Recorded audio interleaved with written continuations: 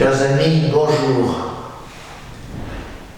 Le passage d'Évangile choisi pour ce jour, vendredi 20 novembre, est bref et concis. L'évangéliste Luc nous y parle de l'entrée de Jésus à Jérusalem au terme d'une montée qui débouchera finalement sur sa passion et sa résurrection. Voici ce qu'écrit Luc. Au chapitre 19, les versets 45 à 48. En ce temps-là, entré dans le temple, Jésus se mit à en expulser les vendeurs. Ma maison sera une maison de prière.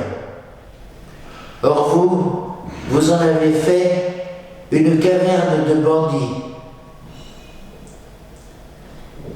Et il était chaque jour dans le temple pour enseigner. Les grands prêtres et les scribes, ainsi que les notables, cherchaient à le faire mourir. Mais ils ne trouvaient pas ce qu'ils pourraient faire. En effet, le peuple tout entier, suspendu à ses lèvres, l'écoutait.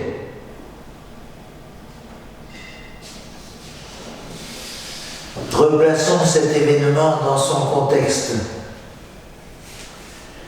Jésus vient d'arriver à Jérusalem d'une manière humble et solennelle tout à la fois, monté sur un ânon et acclamé par la foule qui louait Dieu d'une voix forte pour tous les miracles qu'elle avait vus. Jésus, découvrant de son regard la ville et bouleversé par son obstination à ne pas accueillir le salut, Jésus, empreint de tristesse, pleure.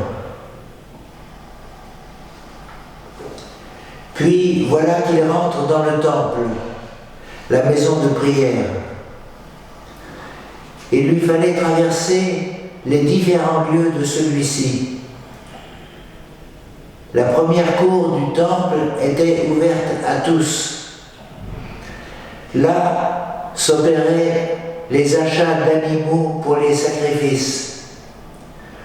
On y trouvait aussi les changeurs pour troquer la monnaie impure contre la drachme d'argent frappée à tir, seule devise acceptée pour les offrandes sacrées. Jésus ne récuse pas un tel commerce. Il était nécessaire pour les sacrifices. Mais il aurait très bien pu se faire ailleurs, en ville, et non pas dans le temple.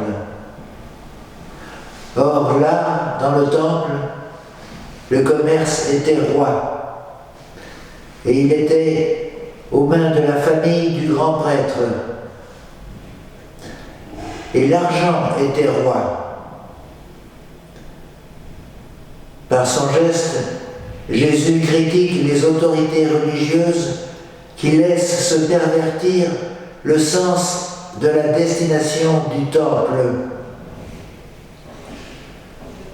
Comme Jésus, à l'âge de 12 ans, l'avait dit, le temple, c'est la maison de mon Père, le lieu où l'on va rencontrer le Père dans la prière et l'offrande de sa propre vie pour que son règne vienne sur la terre comme au ciel. Eh bien, ce temple de pierre, d'ailleurs, Jésus perçoit qu'il n'en restera rien, qu'il sera détruit pierre sur pierre, et que le temple véritable qui, lui, subsistera, c'est lui-même, Jésus, car il est lui-même le temple. Détruisez ce temple, et en 3 jours je le rebâtirai, nous relatera l'Évangile selon saint Jean, quand Jésus fait allusion de manière discrète à sa mort et à sa résurrection. Nous voilà donc mis en face des dispositions intérieures nécessaires pour nous rendre présents à la présence de Dieu. Si on veut rencontrer Dieu, ou mieux, se laisser rencontrer par Dieu notre Père, on ne peut pas en même temps s'attacher à l'argent comme un but en soi. Impossible de se laisser rencontrer par Dieu si le but de notre vie, c'est d'avoir, de posséder d'une manière ou d'une autre. Car le tout de notre vie, c'est de reconnaître dans l'action de grâce que nous sommes les fruits d'un amour qui nous précède et nous appelle à lui répondre. Et cela en nous servant de tout ce qui est à notre disposition, mais en nous en servant dans toute la mesure et dans cette seule mesure seulement où cela nous permettra une meilleure réponse à l'amour que Dieu porte à nous et à tous. Ce sont ces dispositions du cœur qui sont nécessaires pour la rencontre de Dieu. C'est pourquoi il est important de débarrasser notre cœur de ce qui l'encombre, au risque de le tromper. De ce qui l'encombre ou risque de le tromper.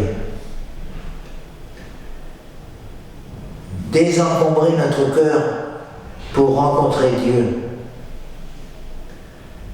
Chers amis, nous nous souvenons tous de ces paroles de Jésus indiquant ce qu'est le véritable chemin pour trouver Dieu, ou plutôt pour se laisser rencontrer par lui, la véritable pureté. Non pas le respect scrupuleux de certaines pratiques de propreté extérieure, mais l'attention portée aux propos qui sortent de notre bouche et qui expriment les sentiments que nous avons dans le cœur. Bonté, respect des autres, volonté de bâtir ensemble un monde permettant à chacun de vivre dignement, rendant vivante sa relation à Dieu et aux autres. Ou, au contraire, non-amour des autres, égoïsme, orgueil, etc.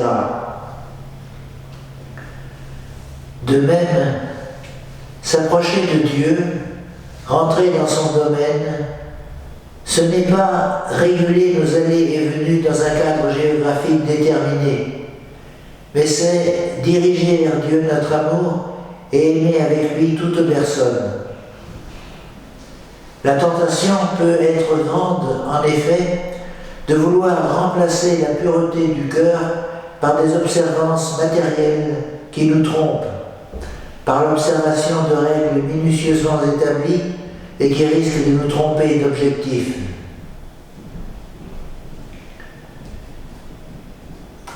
Jésus expulsait du temple les vendeurs.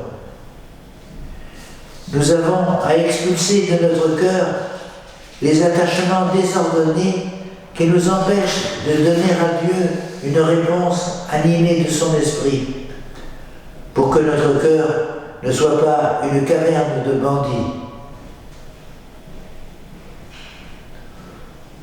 Nous pouvons demander au Seigneur qu'il en soit ainsi, un cœur désencombré.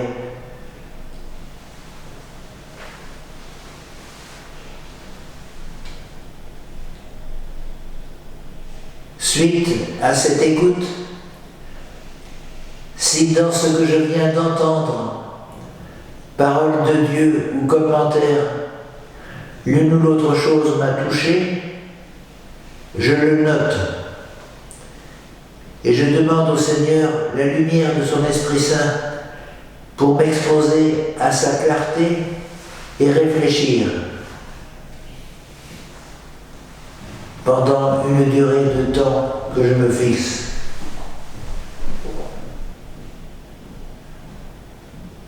Et je pourrais terminer ce temps de prière, par exemple, par un Notre Père.